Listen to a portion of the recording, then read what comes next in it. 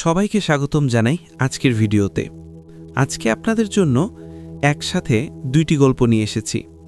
প্রথম গল্পটির নাম হচ্ছে অভিশপ্তা লাশের ময়না তদন্ত, লিখেছেন Emile Hirsch and Brian Cox.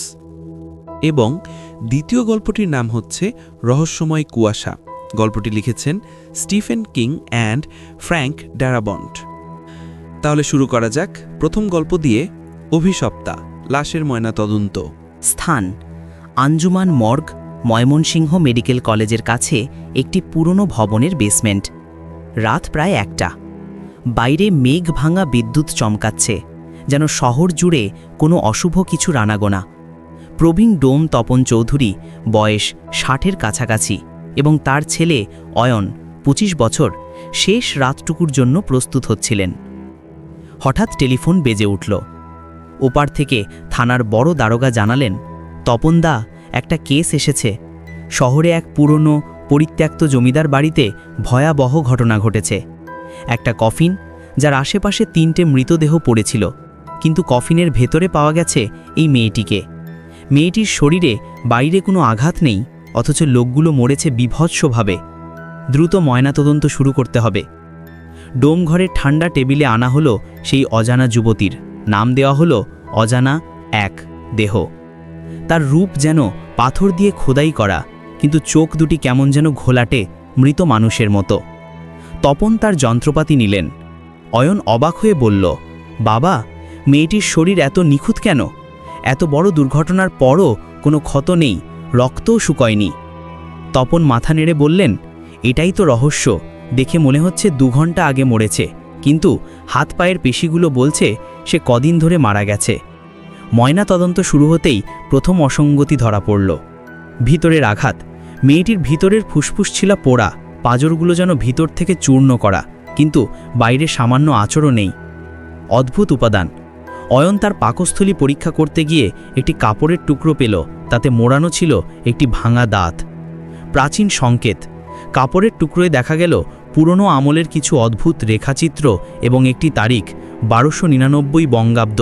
তার পাশে লেখা একটি পুঁথির শ্লোক, রুধির দিলে নিষ্কৃতি, নাহিক দিলে চির অভিশাপ। এই সময়ই বিপত্তি শুরু হলো। মরগ ঘরের ভেতরের লাইটগুলো দপদপ করে নিভে গেল, যেন কেউ সুইচ বন্ধ করে দিয়েছে।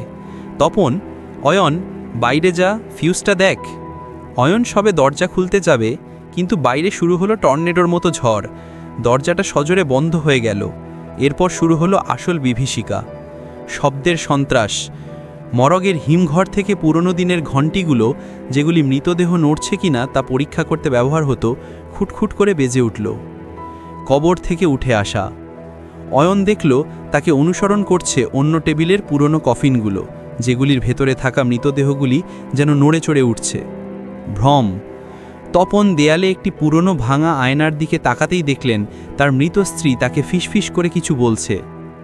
অয়ন ভয়ে পেয়ে চিৎকার করে বলল, বাবা, এ আমরা কিসের ময়না তদন্ত করছি? এ তো কোনো লাশ নয়, এ অন্য কিছু। তপন তখন পুঁথির শ্লোক আর 1298 বঙ্গাব্দের ডানিক মিলিয়ে এক ভয়ঙ্কর সিদ্ধান্তে পৌঁছালেন। তিনি অয়নকে বললেন, অয়ন, এই মেয়ে কোনো সাধারণ মৃতদেহ নয়। 1298 বঙ্গাব্দে এই জমিদার বাড়িতেই এক নির্দোষ নারীকে ডাইনি অপবাদ দিয়ে নৃশংসভাবে নির্যাতন করা হয়েছিল। জমিদারের বিচার। জমিদার সেই সময় প্রমাণ না পেয়েও তাকে ডাইনি ঘোষণা করে। তাকে জীবিত অবস্থায় ভেতরের অঙ্গ প্রত্যঙ্গ পুড়িয়ে, হাত পা ভেঙে, দাঁত উপড়ে অত্যাচার করে হত্যা করার চেষ্টা হয়েছিল। অভিশাপের জন্য। মেয়েটি এত নৃশংসতা সহ্য করেছিল যে মৃত্যু তার ওপর থেকে মুক্তি হয়ে গিয়েছিল। মেয়েটির শরীর মরেনি, বরং সেই তীব্র যন্ত্রণা ও প্রতিহিংসা তার দেহের ভেতরে অভিশাপ হয়ে চিরকালের জন্য থেকে গেছে। যতবারই তাকে দাহ বা সমাধিস্থ করা হোক না কেন, সে ফিরে আসে। পুনরাবৃত্তি। তার শরীরকে যিনি ঘাঁটবেন, তার ওপরই নেমে আসবে সেই শতাব্দীর পুরনো অত্যাচার ও যন্ত্রণা। তাদের চারপাশে তখন পুরনো ডোম ঘরের দেয়াল থেকে ফোঁটা ফোঁটা রক্ত ঝরতে শুরু করেছে। অজানা একের চোখ থেকে এক ফোঁটা রক্ত গড়িয়ে তার গাল বেয়ে নামল। তপন দেখলেন তার ছেলের বাঁচার আর কোনো পথ নেই। তিনি অভিশাপকে নিজের উপর নেওয়ার সিদ্ধান্ত নিলেন। তপন হাঁটু গেড়ে অজানা ওয়ানের দিকে তাকিয়ে বললেন, এইবার আমার পালা। যত ব্যথা, যত কষ্ট তুমি শতাব্দী ধরে পেয়েছ, সব আমাকে দাও। অয়নকে ছেড়ে দাও। সাথে সাথেই ভয়াবহ ঘটনা ঘটল। তপনের হাত পায়ের হাড়গুলো ভেতর থেকে ভাঙার শব্দ হলো, তার মুখ দিয়ে কালো ধোঁয়া বের হলো এবং তিনি তীব্র যন্ত্রণায় কাতরাতে লাগলেন।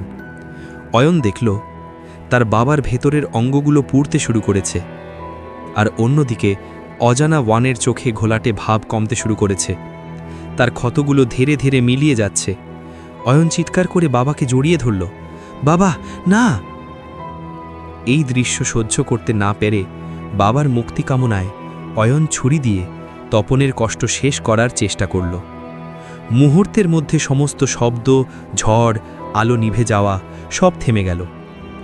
পরদিন সকালে পুলিশ এসে দেখল ময়না টেবিলের পাশে তপন ও অয়নের মৃতদেহ পড়ে আছে, আর অজানা ওয়ানের দেহটি সম্পূর্ণ অক্ষত, যেন সে মাত্র ঘুমিয়ে উঠেছে। পুলিশ কোনো কারণ খুঁজে না পেয়ে দেহটিকে সরকারি ফরেনসিক বিভাগে স্থানান্তরের জন্য নিয়ে গেল। অ্যাম্বুলেন্সটি যখন শহরের রাস্তা ধরে গন্তব্যের দিকে ছুটে চলেছে, তখন হঠাৎ ভেতরে রেডিওতে একটা পুরনো দিনের শ্লোক বেজে উঠল। ক্যামেরার শেষ ফোকাস এলো সাদা কাপড়ে ঢাকা অজানা ওয়ানের পায়ের ওপর। দেখতে দেখতে সামান্যই নড়ল তার একটা পায়ের বুড়ো আঙুল। অভিশাপ চলছেই। তপন দেখলেন তার ছেলের বাঁচার আর কোনো পথ নেই।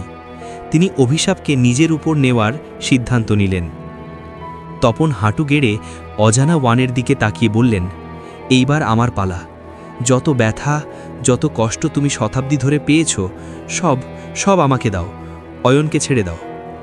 সাথে সাথেই ভয়াবহ ঘটনা ঘটল। তপনের হাত পায়ের হাড়গুলো ভেতর থেকে ভাঙার শব্দ হলো, তার মুখ দিয়ে কালো ধোঁয়া বের হলো এবং তিনি তীব্র যন্ত্রণায় কাতরাতে লাগলেন। অয়ন দেখল তার বাবার ভেতরের অঙ্গগুলো পুড়তে শুরু করেছে, আর অন্যদিকে অজানা ওয়ানের চোখে ঘোলাটে ভাব কমতে শুরু করেছে। তার ক্ষতগুলো ধীরে ধীরে মিলিয়ে যাচ্ছে। অয়ন চিৎকার করে বাবাকে জড়িয়ে ধরল, বাবা না! এই দৃশ্য সহ্য করতে না পেরে বাবার মুক্তি কামনায় অয়ন ছুরি দিয়ে তপনের কষ্ট শেষ করার চেষ্টা করল। মুহূর্তের মধ্যে সমস্ত শব্দ, ঝড়, আলো নিভে যাওয়া সব থেমে গেল। পরদিন সকালে পুলিশ এসে দেখল ময়না টেবিলের পাশে তপন ও অয়নের মৃতদেহ পড়ে আছে, আর অজানা ওয়ানের দেহটি সম্পূর্ণ অক্ষত, যেন সে মাত্র ঘুমিয়ে উঠেছে। পুলিশ কোনো কারণ খুঁজে না পেয়ে দেহটিকে সরকারি ফরেনসিক বিভাগে স্থানান্তরের জন্য নিয়ে গেল। অ্যাম্বুলেন্সটি যখন শহরের রাস্তা ধরে গন্তব্যের দিকে ছুটে চলেছে, তখন হঠাৎ ভেতরে রেডিওতে একটা পুরনো দিনের শ্লোক বেজে উঠল। ক্যামেরার শেষ ফোকাস এলো সাদা কাপড়ে ঢাকা অজানা ওয়ানের পায়ের ওপর। দেখতে দেখতে সামান্যই নড়ল তার একটা পায়ের বুড়ো আঙুল। অভিশাপ চলছেই। আশা করি সবার প্রথম গল্পটি ভালো লেগেছে। এখন তাহলে শুরু করছি দ্বিতীয় গল্পটি, রহস্যময় কুয়াশা। গতরাতে এক ভয়ঙ্কর সামুদ্রিক ঝড় পুরো এলাকা তছনছ করে দিয়েছে। দেবেশের বাড়ির পেছনের স্টুডিওর কাজ ভেঙে লণ্ডভণ্ড। পরদিন সকালে বিদ্যুৎ নেই, চারদিকে শুধু ধ্বংসের চিহ্ন। দেবেশ তার ছেলে বিলু এবং প্রতিবেশী নবাবুলকে সাথে নিয়ে প্রয়োজনীয় জিনিসপত্র কিনতে শহরের বাজার সুপার শপে যান। পথে তারা দ্রুত গতিতে যাওয়া কিছু সামরিক কনভয় দেখেন, যা বেশ অস্বাভাবিক মনে হয়। সুপার শপে কেনাকাটা চলছে, হঠাৎ করেই দূর পাহাড়ের দিক থেকে ধূসর ভারী একটি কুয়াশা দ্রুত গতিতে এগিয়ে আসতে শুরু করে। কুয়াশাটি দ্রুত পুরো শহরকে গ্রাস করে ফেলে। কুয়াশা চারপাশ ঢেকে দেওয়ার পরপরই রক্তে ভেজা এক লোক দোকানে প্রবেশ করে চিৎকার করতে থাকে, কুয়াশার ভেতর কিছু আছে, ওরা মানুষ মারছে। দোকানের ম্যানেজার দ্রুত গেট নামিয়ে সবাইকে ভেতরে আটকে দেয়। প্রায় 70-80 জন মানুষ এখন দোকানের ভেতরে আটকা। বাইরে কুয়াশা ছাড়া আর কিছুই দেখা যায় না। দেবেশ ও অলিসহ কয়েকজন পেছনের গুদামের গেট দিয়ে জেনারেটর চালু করার চেষ্টা করেন। তখনই ঘটে প্রথম ভয়ঙ্কর ঘটনা। কুয়াশার ভেতর থেকে আসা একটি বিশাল কর্কশ শুঁড় দোকানের এক কর্মচারী নোমানকে টেনে নিয়ে যায়। তার চিৎকারে সবাই জমে যায়। আইনজীবী নবাবুল এই ঘটনাটিকে অস্বীকার করেন এবং দেবেশকে মিথ্যাবাদী হিসাবে চিহ্নিত করেন। তিনি বিশ্বাস করেন এটি সরকারের কোনো চাল বা নিছক গুঞ্জন। তিনি আরও কয়েকজন সন্দেহপ্রবণ মানুষকে নিয়ে প্রমাণ সংগ্রহের জন্য গেট খুলে বাইরে বেরিয়ে যান। মুহূর্তের মধ্যে তাদের ভয়ঙ্কর আর্তনাদ শোনা যায়, যা প্রমাণ করে বাইরে সত্যিই মারাত্মক কিছু লর্কিং করছে।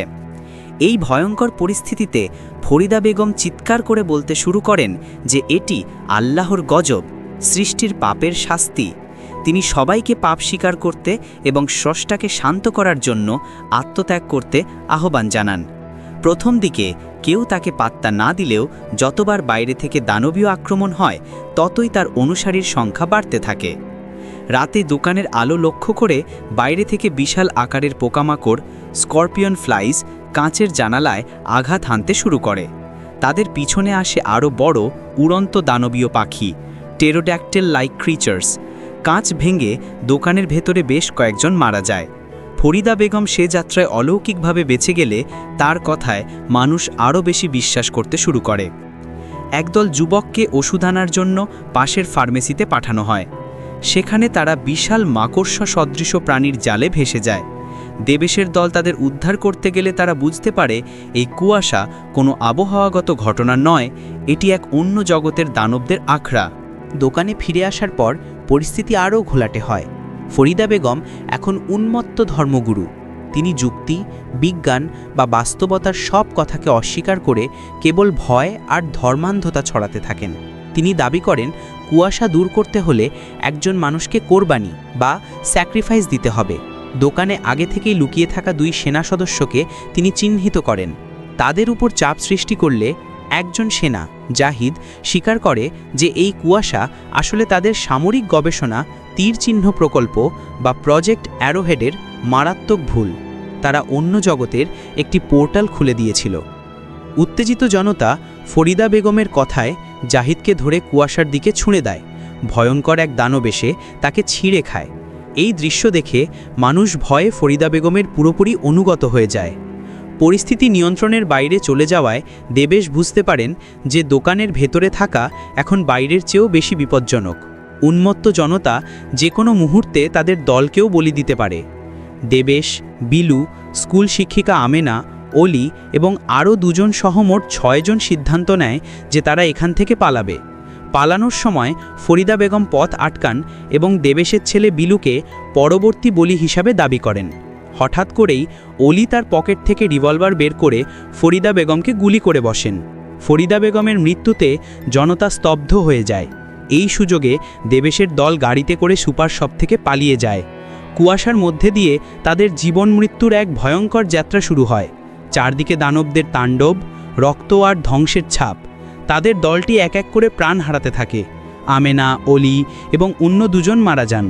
শেষ পর্যন্ত গাড়িতে শুধু বেঁচে থাকে দেবেশ, তার ছেলে বিলু ও একজন বৃদ্ধা যারা প্রথম দিকে তাদের সাথে ছিল। তাদের গাড়ির তেল ফুরিয়ে যায়। চারদিক গাঢ় কুয়াশা আর দানবের ভয়াবহ শব্দ। দেবেশ চারপাশের ধ্বংসলীলা এবং দোকানের ভেতরের উন্মাদনা দেখে সব আশা হারিয়ে ফেলেন।